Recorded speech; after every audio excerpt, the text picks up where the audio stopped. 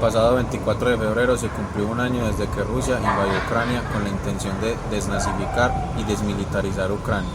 Aunque haya pasado poco más de un año del inicio de la guerra, está la sensación de que el final está aún muy lejos.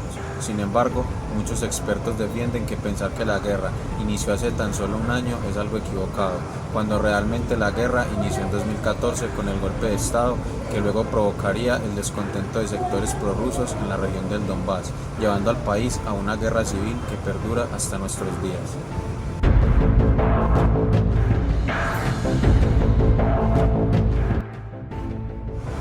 Desde mediados de enero del año pasado, Rusia venía movilizando a un tercio de su ejército en sus fronteras con Ucrania y Bielorrusia, a la misma vez que venía llevando a cabo unos ejercicios militares conjuntos con Bielorrusia que hicieron prender las alarmas a Occidente.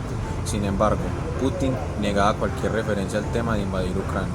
Por otra parte, en el mes de febrero, los combates entre el ejército ucraniano y los grupos separatistas prorrusos en la región del Donbass se recrudecieron, frente a lo que Putin alzó su voz y tachó dichos enfrentamientos de genocidio, y días después procedió a reconocer la independencia de las repúblicas populares de Donetsk y Lugansk, echando así más leña al fuego. El periódico Los Angeles Times, el viernes 11 de febrero, publica que la inteligencia del Pentágono advierte que la invasión rusa de Ucrania es inminente. Sin embargo, Biden señala que el ejército estadounidense no entrará en guerra en Ucrania, pero sí ha prometido duras sanciones económicas a Moscú. Posteriormente, en la madrugada del 20 de febrero, Putin anuncia la entrada de tropas en Ucrania y el comienzo de su operación militar especial. En estricto sentido, analizando lo militar, la mayoría de las personas pensábamos que Rusia iba a pasar fácilmente por encima de Ucrania, pues tan solo el primer día de la invasión, Rusia logró avances importantes en el territorio y en 2 horas bombardeó sitios estratégicos de Ucrania e incluso en su capital Kiev.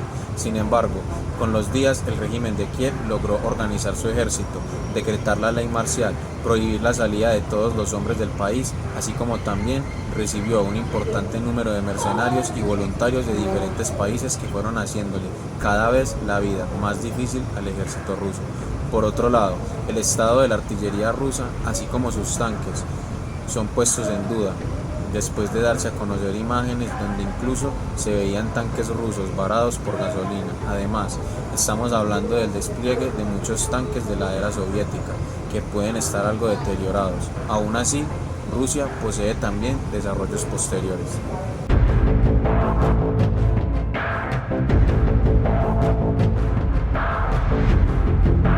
Sumando todos estos factores, Rusia debió abandonar su estrategia de guerra relámpago para tomar Kiev, pues debió pasar a una siguiente fase que algunos la llaman de guerra total, hacer la guerra más lenta, ablandando las defensas ucranianas a base de constantes bombardeos y artillería, y es en esta fase de la guerra donde Occidente reafirmó su apoyo a Ucrania con el envío de más armamento.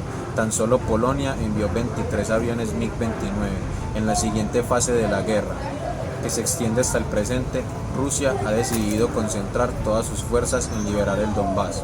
Actualmente se llevan a cabo fuertes enfrentamientos en Bakhmut, siendo protagonistas los mercenarios del grupo Wagner, que según algunas fuentes ya controlan el 55% de la ciudad. Se cree que con la toma de Bakhmut por parte de los rusos podrán avanzar a ciudades más estratégicas como Kramatorsk y Sloviansk, para así cortar aún más las fuerzas ucranianas en el este.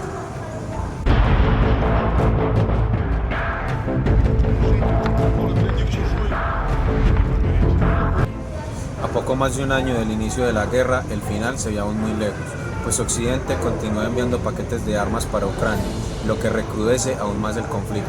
Se calcula que en un año de guerra ya se ha cobrado la vida de más de 300.000 personas, entre soldados y civiles.